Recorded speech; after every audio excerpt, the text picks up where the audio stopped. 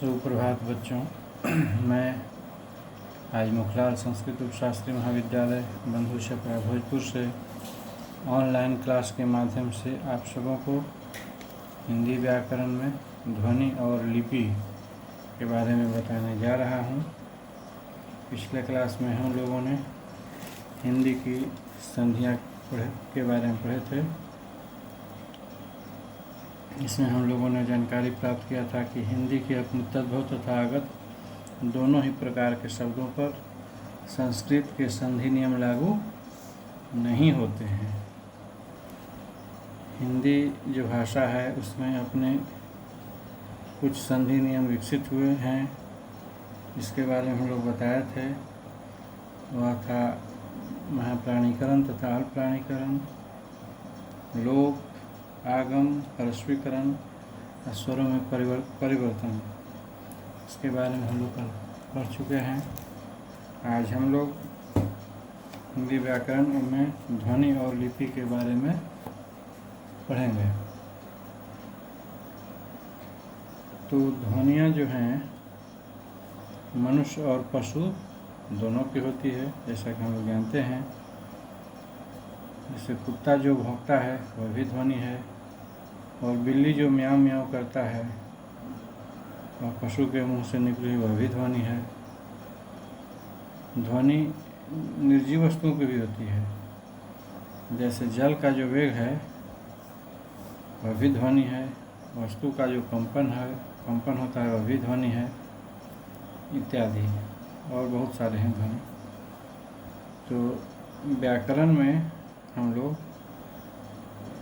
केवल मनुष्य के मुंह से जो निकलता है या उच्चारण होता है वही उच्चारित ध्वनियों पर विचार करते हैं। मनुष्यों द्वारा उच्चारित ध्वनियाँ भी कई प्रकार की होती हैं। एक तो वे जो मनुष्य के किसी क्रिया विशेष से निकलती है, जैसे चलने की ध्वनि, तथा दूसरा वह ध्वनियाँ है जो मनुष्य की अनिश्चित क्रियाओं से उत्पन्न होती है। जैसे खराटे लेना, मनुष्य खराटा लेता है उसमें भी ध्वनि निकलता है, या जम्हाई लेना। और तीसरा वह है जिनका उत्पादन मनुष्य के स्वाभाविक कार्यों के द्वारा होता है। जैसे कराहना, जब आदमी कराहता है मनुष्य तो उससे भी ध्वनि निकलता है। और चौथा वह ध्वनि है जिन्हें मनुष्य अपनी इच्छा से अपने मुंह से उच्चारित करता है। इन्हीं को हम वाणी या आवाज़ कहते हैं।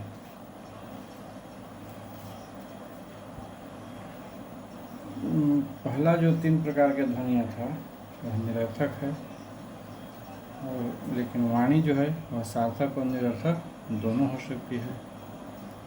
निरर्थक वाणी का प्रयोग हम सीटी बजाने या निरर्थक गाने में हो सकता है, जबकि सार्थक वाणी को हम भाषा या शैली भी कहते हैं। इसके द्वारा हम अपनी इच्छाओं, धारणाओं तथा अनुभवों को भी व्यक्त करते हैं। बोली जो है शब्द से बनती है, और शब्द जो है ध्वनियों के संयोग से बनती है। तो मनुष्य की शरीर रचना जो है उसमें समानता है, तथापि उनकी बोलियों तथा भाषाओं में विभिन्नता भी है।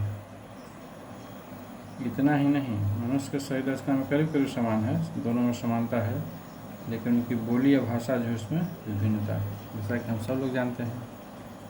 इतना ही नहीं, एक भाषा के स्थानीय रूपों में भी अंतर पाया जाता है, पर पशु का जो बोली है इसमें इतना अंतर नहीं पाया जाता है। मनुष्य की भाषा की उत्पत्ति जो है वह मौखिक रूप से हुई है।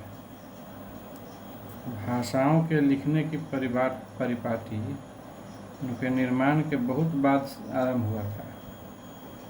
यह तब हुआ था जब मनुष्य को अपनी भावनाओं, विचारों और विश्वासों को सुरक्षित कर रखने की प्रबल इच्छा महसूस हुई। तो शुरुआत में शुरू में लिखने के लिए वाक्य सूचक चिन्हों से काम लिया गया और क्रमशः शब्द चिन्ह और ध्वनि चिन्ह बनने के बाद लिपि का निर्माण हुआ। लिपियों का चिन्हों में परिवर्तन होते रहे। वर्तमान लिपियां चिन्हों के अंतिम रूप है। अभी जो लिपि है लिपि चिन्ह वह अंतिम रूप है, पर यह कार्य अभी समाप्त नहीं हुआ है। जैसे उदाहरण में हम लोग लेंगे कि वर्तमान काल में हिंदी लिपि में कुछ परिवर्तन करने का प्रयत्न किया जा रहा है। हिंदी भाषा देवनागरी लिपि में लिखी जाती है। इसके अपने लिपि चिन्ह हैं। हिंदी में लिपि चिन्ह वह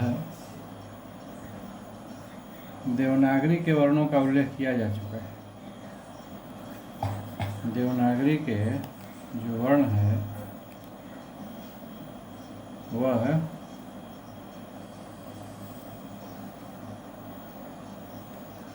पहले हम लोग पढ़ चुके हैं। जिसमें 11 स्वर हैं तथा व्यंजन कितने हैं? 41। तो व्यंजन के साथ स्वर का संयोग होने पर स्वर का जो रूप होता है उसे हम लोग क्या कहते हैं? मात्रा कहते हैं। जैसे उदाहरण देखिए,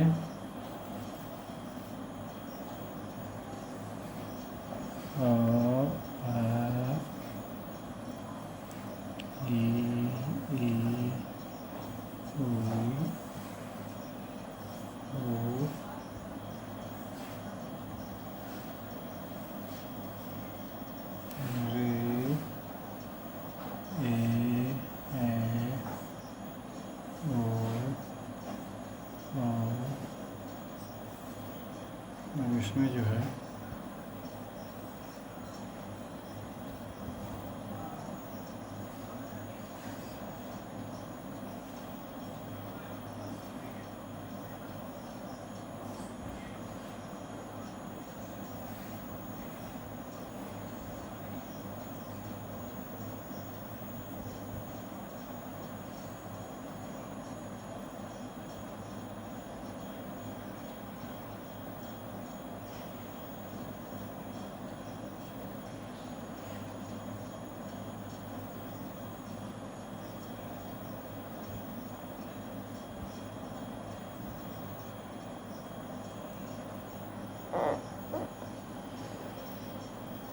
यह सब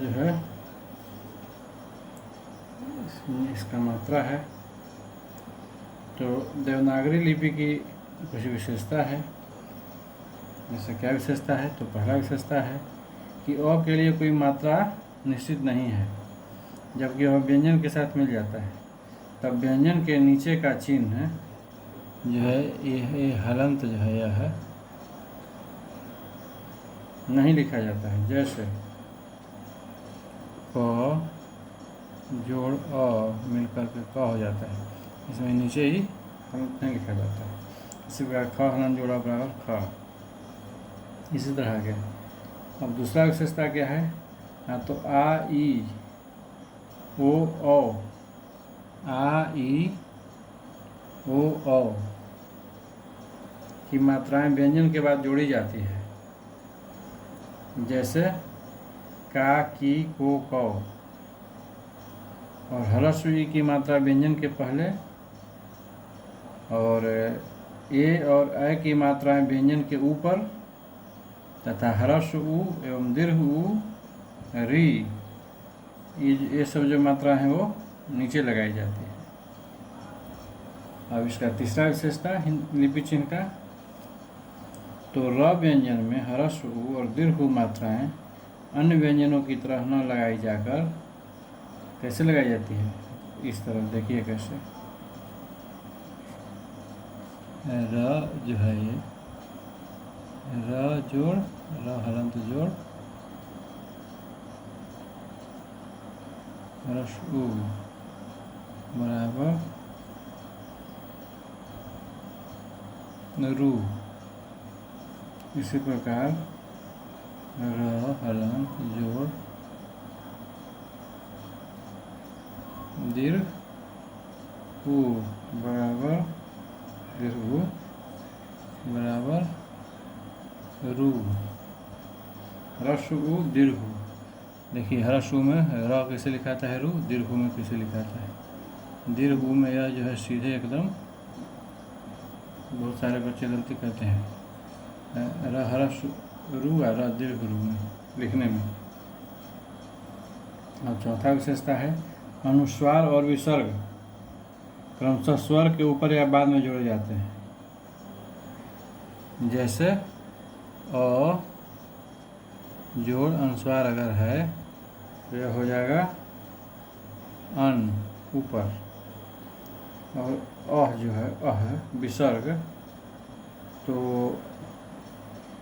विसर्ग को हम कैसे जोड़ेंगे, अ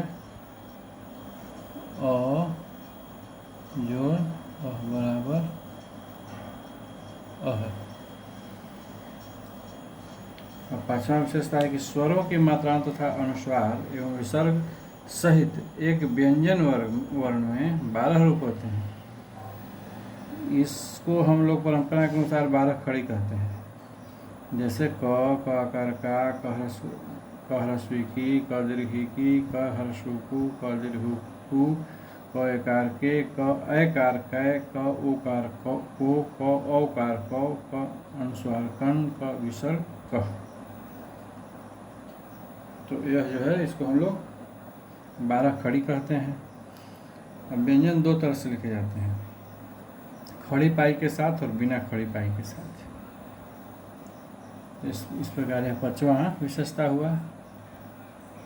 अब 6ठा विशेषता इसका क्या है भाई, हाँ तो अंग छ ट ठ ड ढ द र बिना खड़ी पाई वाले व्यंजन हैं, और शेष व्यंजन जैसे क ख ग घ द इत्यादि ये सब खड़ी पाई वाले व्यंजन हैं। सामान्यतः सभी वर्णों के एक सिरे पर एक एक आड़ी रेखा रहती है, जो ध झ और भ में कुछ तोड़ दिया गया है। और 7वां विशेषता इसका है कि जब 2 या 2 से अधिक व्यंजनों के बीच कोई स्वर नहीं रहता, तब दोनों के मेल से संयुक्त व्यंजन बन जाते हैं। जैसे त हलन जोड़ य बराबर त्य, क हलन जोड़ ल बराबर क्ल। तो इसी प्रकार अगला विशेषता इसका क्या है, देवनागरी लिपि की विशेषता है सब हिंदी में। तो इसका अगला विशेषता क्या है 8वां, हाँ तो जब एक व्यंजन अपने समान अन्य व्यंजन से मिलता है तो उसे द्वित्व व्यंजन कहते हैं। फिर से सुन लीजिए, जब एक व्यंजन अपने समान अन्य व्यंजन से मिलता है तो उसे द्वित्व व्यंजन कहते हैं। जैसे अगर मान लीजिए कि का संयुक्त मिला तो हम लिखेंगे चक्का। इसी प्रकार तथा संयुक्त इससे मिला तो हम लोग इससे लिखेंगे कुछ पत्ता। इसी प्रकार गन्ना। इसी प्रकार मोमो संयुक्त मिला तो इसे बना सम्मान। इत्यादि बहुत सारे शब्द हैं। तो ये थे हिंदी में लिपि चिन्ह। तो देवनागरी लिपि का भी विशेषता हम लोग पढ़े। अब आज की क्लास में इतना ही, शेष अगले क्लास में हम लोग फिर पढ़ेंगे। तब तक के लिए आप सभी बच्चों को शुभ दिन।